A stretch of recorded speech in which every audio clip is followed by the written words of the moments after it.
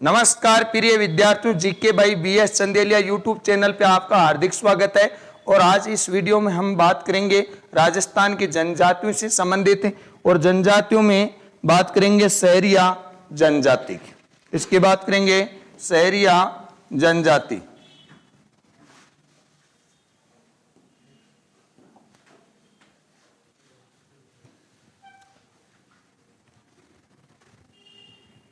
बात करने वाले हैं सहरिया जनजाति। सहरिया जनजाति विद्यार्थियों, सहरिया जनजाति से संबंधित हम बात करेंगे कि ये जनजाति कौन से क्षेत्र में निवास करती है। तो ये 12 क्षेत्र में क्या है, निवास करने वाली जनजाति। क्षेत्र की अगर अपन बात करें तो इनका जो क्षेत्र है वो रहेगा 12 में भी विद्यार्थियों इनके अलग अलग क्षेत्र है। एक है किशनगंज और एक क्षेत्र है शाहबाद। किशनगंज व शाहबाद क्षेत्र में ये जनजाति निवास करती है। और भारत सरकार ने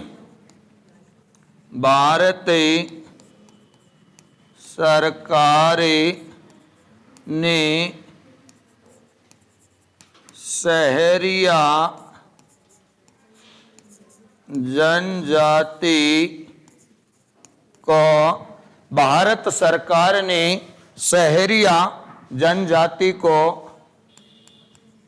आदिम जनजाति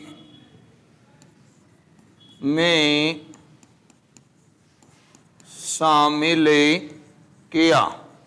आदिम जनजाति में शामिल किया। तो एक राजस्थान की एकमात्र जनजाति है जिसे आदिम जनजाति में क्या किया गया है, शामिल किया गया है। कौन सी जनजाति है? सहरिया जनजाति। सहरिया जो शब्द की उत्पत्ति है वो किससे होती है उसकी बात करेंगे।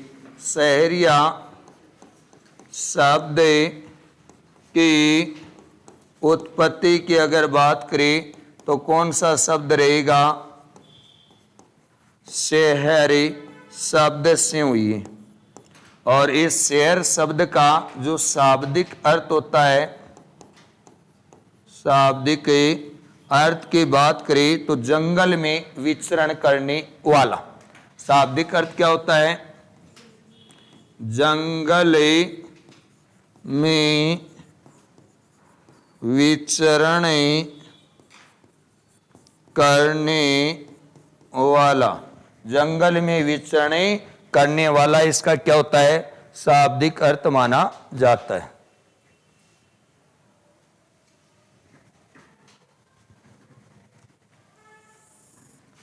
बात करेंगे विद्यार्थियों colonel James Tod. Colonel James Tod ने जो सहरिया जनजाति है उसके बारे में कहा है कि सहरिया जनजाति के व्यक्ति को भोजन का एक निवाला भी दे दिया जाए तो वह जीवन भर उस व्यक्ति का ऋणी रहेगा, ऐसा माना गया। कर्नल जेम्स टॉड के अनुसार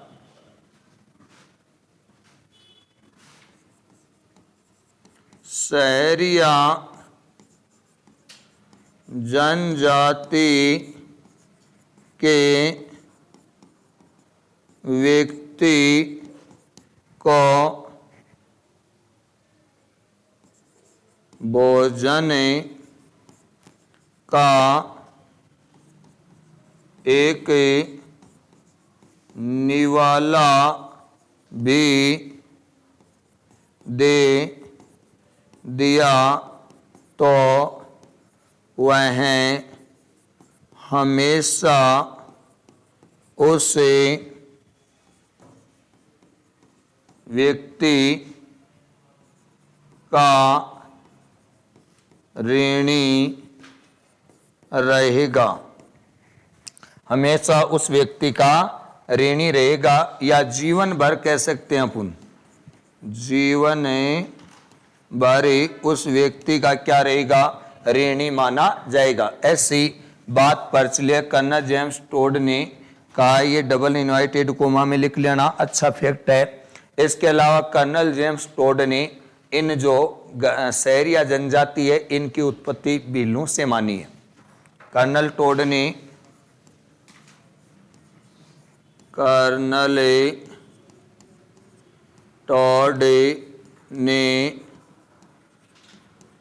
शहरियों की उत्पत्ति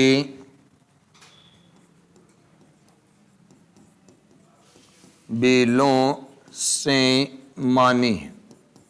शहरियों की उत्पत्ति किससे मानी है, भीलों से मानी है। किसने, कर्नल जेम्स टोड की बात हो रही है विद्यार्थियों। यहाँ किसकी बात हो रही है, कर्नल जेम्स टोड की बात हो रही है।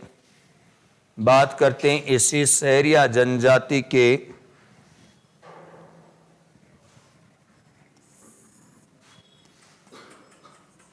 आराध्य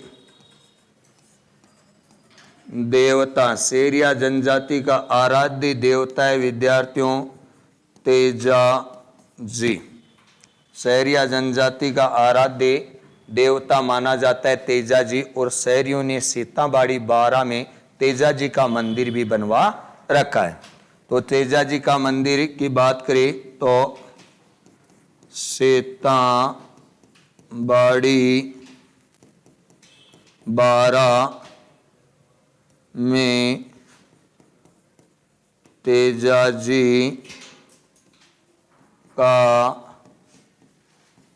मंदिर है। सीताबाड़ी 12 में तेजा जी का मंदिर है। और शहरी या जनजाति के आराध्य देवता भी कौन है, तेजा जी को माना जाता है। इनकी कुलदेवी की बात करें तो विद्यार्थियों इनकी कुलदेवी है कोडिया माता। कोडिया माता इनकी कुलदेवी है।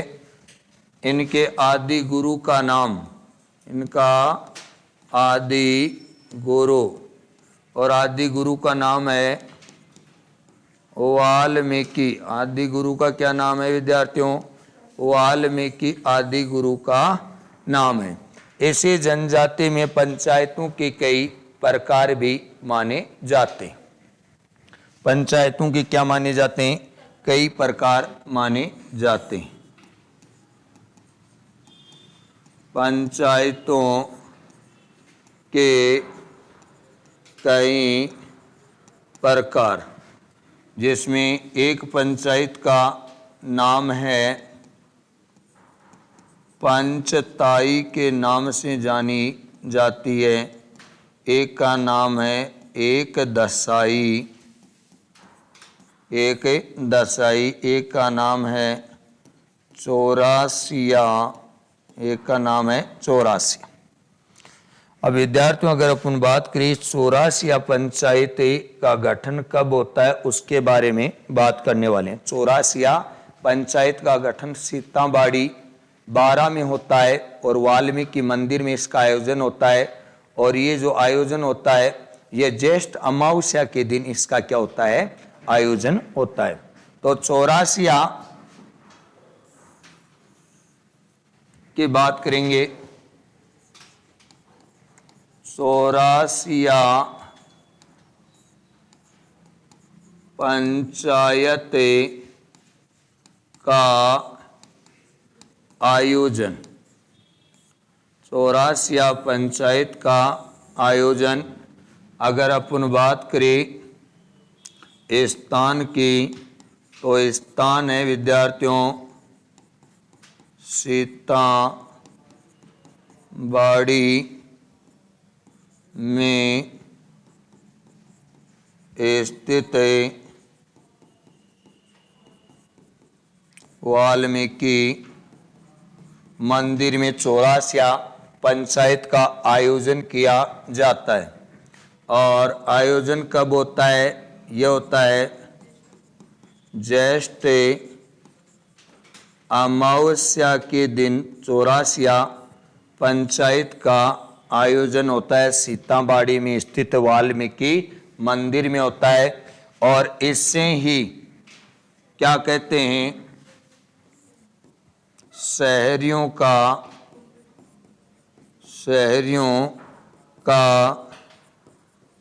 कुंभ कहते हैं। इसे शहरियों का क्या कहते हैं, कुंभ के नाम से जाना जाता है।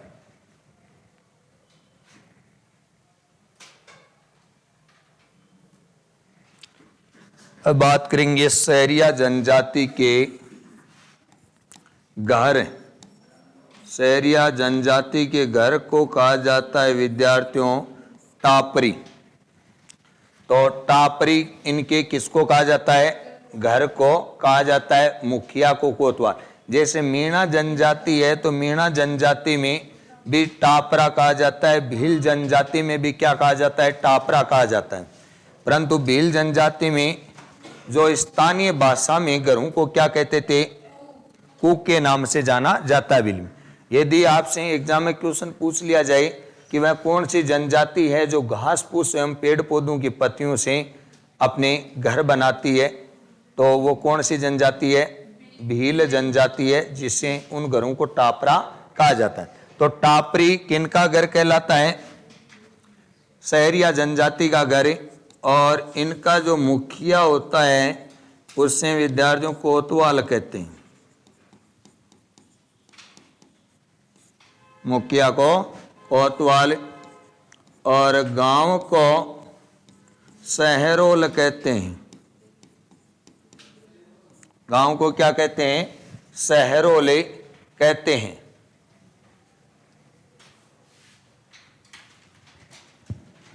और बस्ती को सहराना कहते हैं। इनमें क्या एक क्या होती है, बस्ती। बस्ती को क्या कहते हैं, सहराना कहते हैं। बस्ती को क्या कहते हैं विद्यार्थियों, सहराना। गांव को सहरोल, मुखिया को कोतवाल, घर को टापरी कहते हैं। और इसी जनजाति की अगर अपन बात करना चाहे तो इनमें एक होता है हवा। इसी जनजाति की अगर अपन बात करना चाहे तो इस जनजाति के लोग पेड़ों पर मचान नुमा जो आवास बनाते हैं उन्हें कहा जाता है टोपा।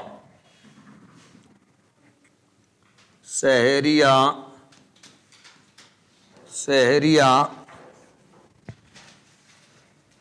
जनजाति के लोग पेड़ पर मचान नुमा जो आवास बनाते हैं, मचान नुमा जो आवास बनाए जाते हैं उसे कहा जाता है टोपा। इसके अलावा कोरुओ और इसे कहते हैं गोपना। जो पेड़ों पर घर बनाए जाते हैं या मचान नुमा आकृति के जो आवास बनाए जाते हैं उसे टोपा, कोरुआ व गोपना के नाम से जाना जाता है। कौन सी जनजाति की बात हो रही है, सहरिया जनजाति की बात हो रही है। इसमें एक अस्थाई बंगला भी प्रसिद्ध है सहरिया जनजाति में। कौन सा बंगला, हताई बंगला। हताई जो जानते हो, यहां एक अस्थाई बंगला सहरिया जनजाति में क्या होता है, अस्थाई बंगला। अस्थाई बंगला में क्या होता है, देखो विद्यार्थियों ध्यान देना। जैसे ये बस्ती है और एक ये बस्ती है, एक ये बस्ती है और एक ये बस्ती। इनके बीच में जो छत्तानुमा लकड़ी से निर्मित आवास बनाए जाते हैं उन्हें क्या कहते हैं, अस्थाई बंगला के नाम से जाना जाता है। जैसे मान लीजिए ये बस्ती है और बस्ती के मध्य में क्या बना हुआ है, एक छतरी नुमा लकड़ी का आवास बना हुआ है, उससे ही कहते हैं हताई बंगला। तो अपन इसको लिखना चाहिए तो शहरिया जनजाति की बस्ती के मध्य एक छतरी नुमा लकड़ी का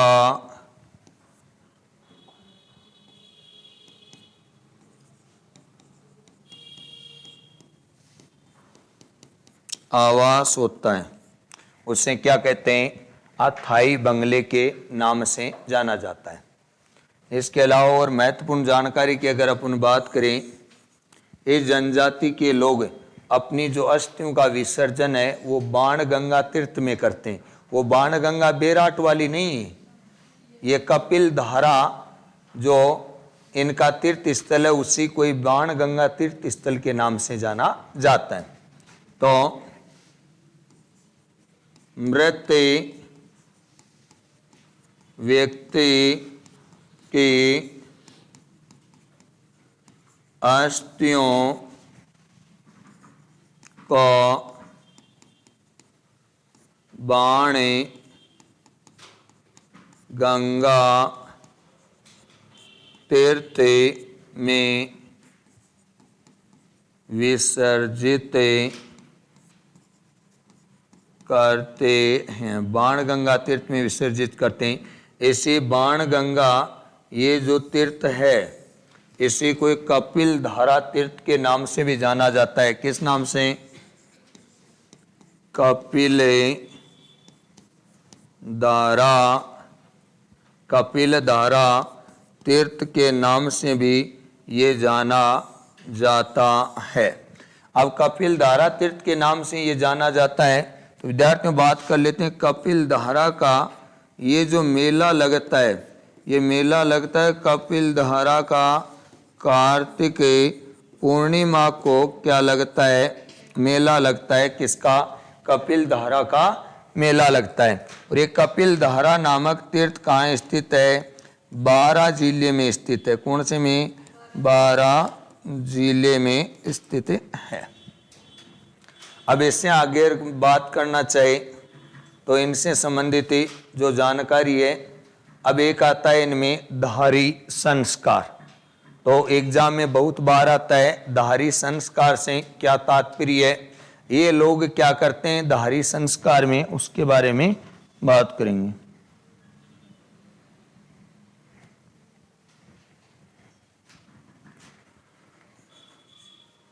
धारी संस्कार, देखो विद्यार्थियों धारी संस्कार में क्या किया जाता है, मान लीजिए मृतक की जो अस्थियां होती है उन अस्थियों को आंगन में क्या कर देते हैं, रख देते हैं। अस्थियों को आंगन में रखने के बाद उन अस्थियों के चारों तरफ राख या आटा वो बिखेर देते हैं और फिर उस राख पर जिसके पद चिन्ह बनते हैं ऐसा माना जाता है, अनुमान लगाया जाता है कि वह व्यक्ति मृत्यु के बाद उसी योनि में गया है। जैसे योनियां कुल कितने मानी गई है? 84 लाख योनियां मानी गई है। फिर मानव जीवन वापस आता है 84 लाख योनियों के बाद। तो अपन जैसे मान लीजिए एक बार मृत्यु हो गई तो फिर 84 लाख योनियों में जन्म लेना पड़ेगा। उसके बाद में वापस ही 184 जोड़ भोग कर वापस ही मन का देही में आया जाता है। ऐसे नहीं है, तभी तो कहते हैं कि इंसान को इंसान का जीवन मिला है तो उसे भली भांति अच्छे तरीके से जीना चाहिए। समझ पाए मेरी बात है? तो ये बात है धारी संस्कार की। अगर अपन बात करें, मान लीजिए ये घर है और घर का ये है चौक, ये तो क्या है, घर है, घर का चौक है। यहां मृतक की अस्थियों को रख दिया अब इसके चारों तरफ क्या डाल दिया, राख या आटा। अब इस राख या आटे पे जो पद चिन्ह बनते हैं राख पे, ऐसा माना जाता है, अनुमान लगाया जाता है कि वह व्यक्ति उसी योनि में गया। पद चिन्ह यानी पैरों के चिन्ह, वो किसी पक्षी के भी हो सकते हैं, गाय भैंस के भी हो सकते हैं, समझ गए, चिट्टी के भी हो सकते हैं। ज्यादा चिट्टी के आते हैं क्योंकि वहां कौन आती है, चिट्टी। कई लोग मृत्यु के बाद 12 दिन तक दीपक नहीं जलाते क्या उस कमरे में, मिट्टी पे मिट्टी का लगा के, वो इसलिए जलाते हैं, अपने अलग अलग सिस्टम होते हैं अलग अलग समाजों में। तो फिर उस 12वें दिन देखा जाता है कि भाई पर काय को चित्र मंड्यो है, समझे, यानी पद चिन्ह किसका है।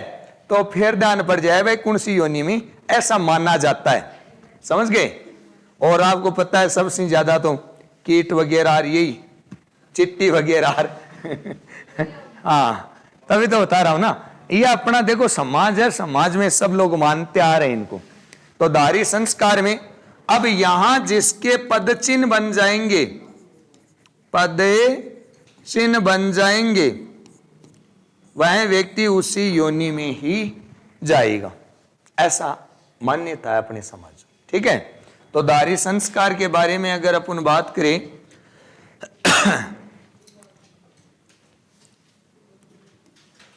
मृत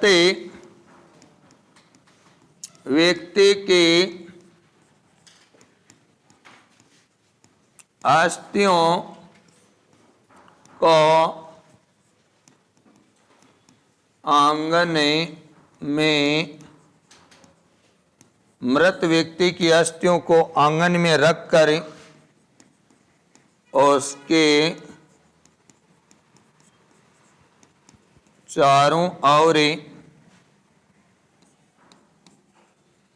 राख एवं आटा बिखेरे देते हैं। उसे राख पर सबसे पहले जिसका पद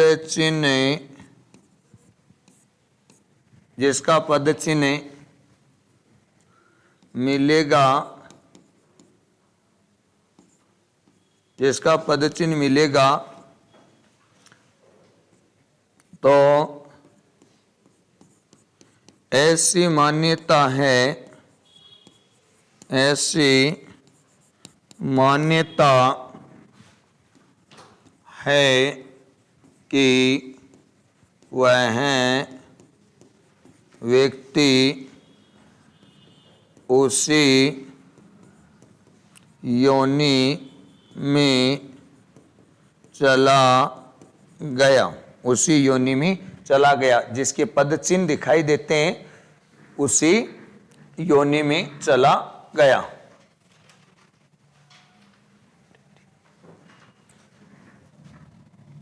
एक शब्द आता है कुशीला और एक आता है बंडेरी। क्या आता है, बंडेरी। दो शब्द और आते हैं इनसे, समझो, बंडेरी और कुशीला। इनके अनाज रखने की बड़ी कोठी को तो क्या कहते हैं, हाँ, अनाज रखने की बड़ी कोठी को और अनाज रखने की छोटी कोठी को बंडेरी कहते हैं। अनाज रखने की छोटी कोठी को क्या कहते हैं?